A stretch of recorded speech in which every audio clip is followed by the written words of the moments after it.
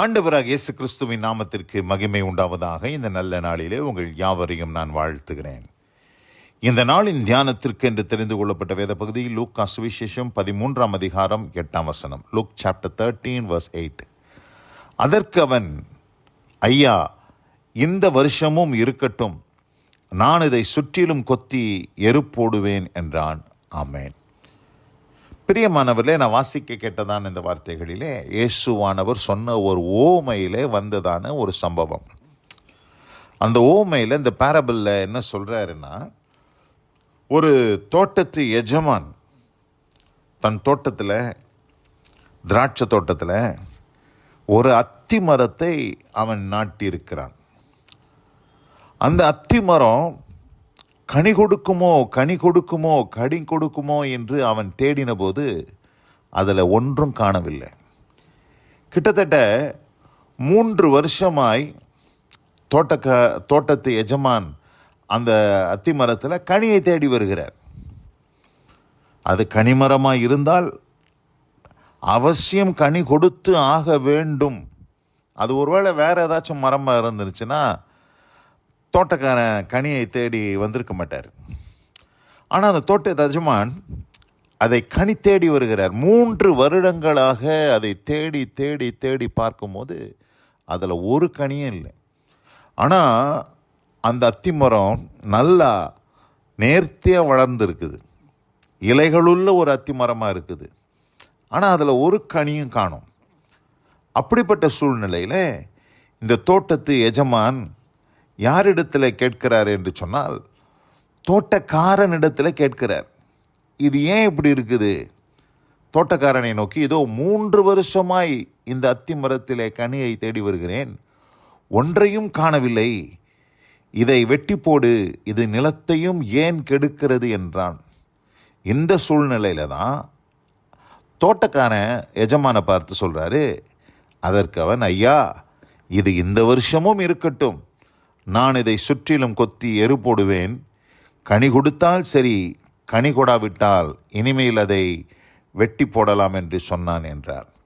பிரியமானவர்களே, நான் வாசிக்க கேட்டதான இந்த வார்த்தைகளிலே இந்த இடத்துல தோட்டக்காரன் எஜமானனை பார்த்து சொல்கிறார். But he answered and said to him, Sir, let it alone this year also, until I dig around it and fertilize it. இந்த சுற்றிலும் நான் கொத்தி எரு போடுவேன் என்று சொல்லுகிறேன். இது ஒருவேளை கனி கொடுக்கலாம், இந்த வருஷமும் இது கனி கொடுக்கலனா வெட்டி போட்டலாம். பிரியமானவர்களே, இந்த அருமையான இந்த நல்ல நாளில் கூட இந்த அத்தி மரம் எப்படி கனி கொடுக்காம நின்று கொண்டு இருந்ததோ, இன்றைக்கு அநேக கர்த்தருடைய பிள்ளைகளும் கனி கொடாமல் கிறிஸ்துவ வாழ்க்கையில் வாழ்ந்து கொண்டு இருக்கிறார்கள் என்பதுதான் உண்மை.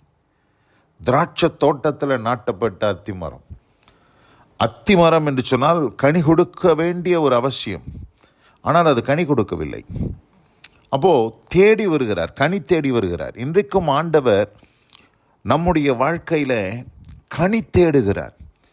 எதாகிலும் கிடைக்குமா, எதாகிலும் இதில் உண்டாகுமா என்று சொல்லி அவர் ஒவ்வொரு வருடமும் அதில் கனியை தேடி வந்து, கிட்டத்தட்ட 3 வருடமாய் நான் தேடினேன், இதில் ஒரு கனியும் இல்லைன்னு சொன்ன மாதிரி இன்றைக்கி அநேகருடைய வாழ்க்கையில் ஒரு கனியும் இல்லாமல் வாழ்ந்து கொண்டு இருக்கிறாங்க.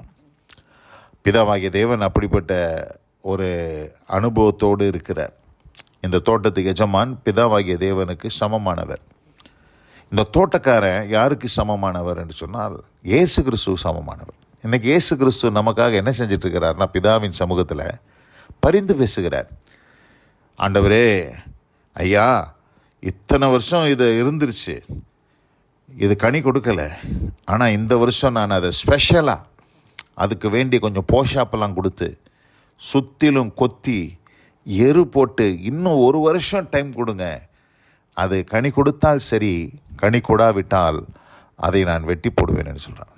இந்த அருமையான இந்த நல்ல நாளில் கூட உங்களையும் என்னையும் ஆண்டவர் தெரிந்து கொண்டதின் நோக்கம் கனி கொடுப்பதற்காக தான் தேவன் நம்மை தெரிந்து கொண்டார். யோவான் சுவிசேஷம் 15ஆம் அதிகாரம் 16ஆம் வசனத்தின் பிந்தின பகுதியை வாசிக்கிறேன். நீங்கள் போய் கனி கொடுக்கும்படிக்கும் உங்கள் கனி நிலைத்திருக்கும்படிக்கும் நான் உங்களை ஏற்படுத்தினேன். இந்த இடத்துல ரொம்ப தெளிவாக சொல்கிறார். நீங்கள் போய் கனி கொடுக்கணும். அந்த கனி நிலைத்திருக்கும்படிக்கு நான் உங்களை ஏற்படுத்தினேன். You did not choose me, but I chose you and appointed you that you should go and bear fruit. அப்போது ரொம்ப தெளிவாக சொல்கிறாரு, நீங்கள் போய் கனி கொடுக்கணும், அந்த கனி உங்களில் நிலைத்து, இதுக்காக தான் நான் உங்களை தெரிந்து கொண்டேன்னு சொல்கிறார். ஆனால் கனியற்ற ஒரு வாழ்க்கை வாழ்ந்து கொண்டு இருக்கும்போது இந்த இடத்துல வெட்டி போடலாம் என்கிற ஒரு தீர்மானம் வருது.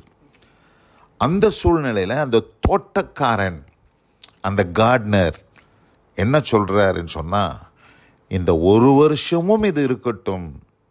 இன்றைக்கும் உங்களுக்கு அநேகருக்கு ஆண்டவர் சில தருணங்களை கொடுத்து கொண்டிருக்கிறார். மனம் திரும்புவார்களோ, கனி கொடுப்பார்களோ என்று சொல்லி. ஆனால் இன்றைக்கு அநேகர் எப்படி இருக்கிறாங்கன்னா, இஸ்ரவேல் தனக்குத்தானே கனி கொடுத்து கொண்டிருக்கிறான் என்று சொல்லி ஓசியா தீர்க்க தரிசன புஸ்தகத்தில் வாசிக்கிறோம். இஸ்ரவேல் பலனற்ற ஒரு திராட்சை செடி, அவன் தனக்குத்தானே கனி கொடுத்து கொண்டு இருக்கிறான். அப்படிப்பட்ட ஒரு அனுபவமாக இன்றைக்கு அநேகர் வாழ்ந்து கொண்டு இருக்கிறார்கள். பிரியமானவர்களே, நமக்கு நாமே கனி கொடுப்பதற்காக ஆண்டவர் நம்மை அழைக்கவில்லை. ஆண்டவர் பிறருக்கு நாம் கனி கொடுக்க, தேவனுக்கு நாம் கனி கொடுக்கிறவர்களாக இருக்க வேண்டும் என்பதை தான் ஆண்டவர் நம்மை அழைத்திருக்கிறார். இந்த அருமையான இந்த நல்ல நாளில் கூட இந்த செய்தியை கேட்ட அன்பான சகோதரியே, இந்த வருஷமும் இருக்கட்டும் என்று சொன்ன அந்த வார்த்தையின்படி இந்த ஒரு வருஷமும் ஆண்டவர் அந்த மரத்திற்கு ஒரு சந்தர்ப்பம், அந்த மரத்திற்கு ஒரு தருணம், அந்த மரத்திற்கு ஒரு அவகாசம் கொடுத்தது போல இன்றைக்கு ஆண்டவர் உங்களுக்கும் எனக்கும் ஆண்டவர் கொடுத்திருக்கிறார் என்பதை புரிந்து கொண்டு நாம் கனி கொடுக்கிறவர்களாய் வாழ கர்த்தர் நமக்கு கிருபை செய்வாராக. ஆதலால் இது ஏதோ ஒரு வசனம், டெய்லி ஒரு வசனம் கேட்குறோம், அதில் இதுவும் ஒரு வசனம் சொல்லி இருந்துடாம, இன்றைக்கு ஆண்டவர் உங்களோடு இந்த வார்த்தையை கொண்டு பேசுகிறார் என்பதை உணர்ந்து நாம் மனம் திரும்பி ஆண்டவருக்கு கனி கொடுக்க கர்த்தர் நமக்கு கிருபை செய்வாராக. வசனம் கேட்ட பிள்ளைகள் ஒவ்வொருவரையும் அப்படிப்பட்ட அனுபவத்திற்குள்ளாக வழி நடத்துவாராக. God bless you all. Amen, amen. நாம் செபிப்போம். எங்கள் அதிகமாய் நேசிக்கிறதான் எங்கள் அன்பின் பரலோக பிதாவே, நாங்கள் தியானிக்க கேட்ட வார்த்தையின்படியாக ஐயா, இது இந்த வருஷமும் இருக்கட்டும், நான் இதை சுற்றிலும் கொத்தி எரு போடுவேன் என்று சொன்ன வார்த்தையின்படி ஆண்டவரே, உம்முடைய பிள்ளைகளுக்கு, எங்களுக்கு ஆண்டவரே தருணத்தை கொடுத்திருக்கிறீர். ஆண்டவரே, நாங்கள் எத்தனையோ காலங்கள் கனி கொடாமல் வாழ்ந்து விட்டோம்.